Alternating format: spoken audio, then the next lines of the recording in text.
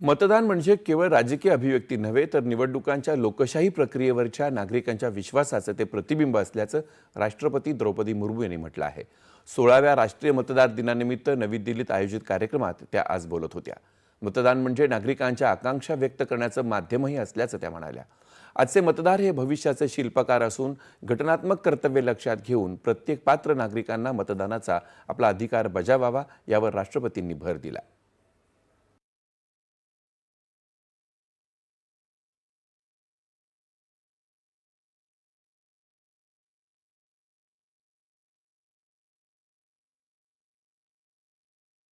मतदान का अधिकार जितना महत्वपूर्ण है, उतना ही महत्वपूर्ण ये भी है कि सभी वयस्क नागरिक अपने संवैधानिक कर्तव्यों को ध्यान में रखते हुए अपने मताधिकार का प्रयोग करें।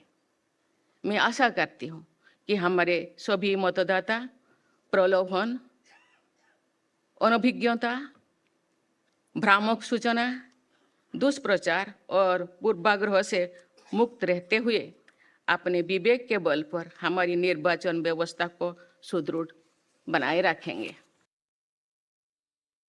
माझा भारत माझं मत ही या कार्यक्रमाची मुख्य संकल्पना होती। मतदार जागरूकता वाढवण्यासाठी अनेक उपक्रम राबवल्याचा उल्लेखही त्यांनी केला।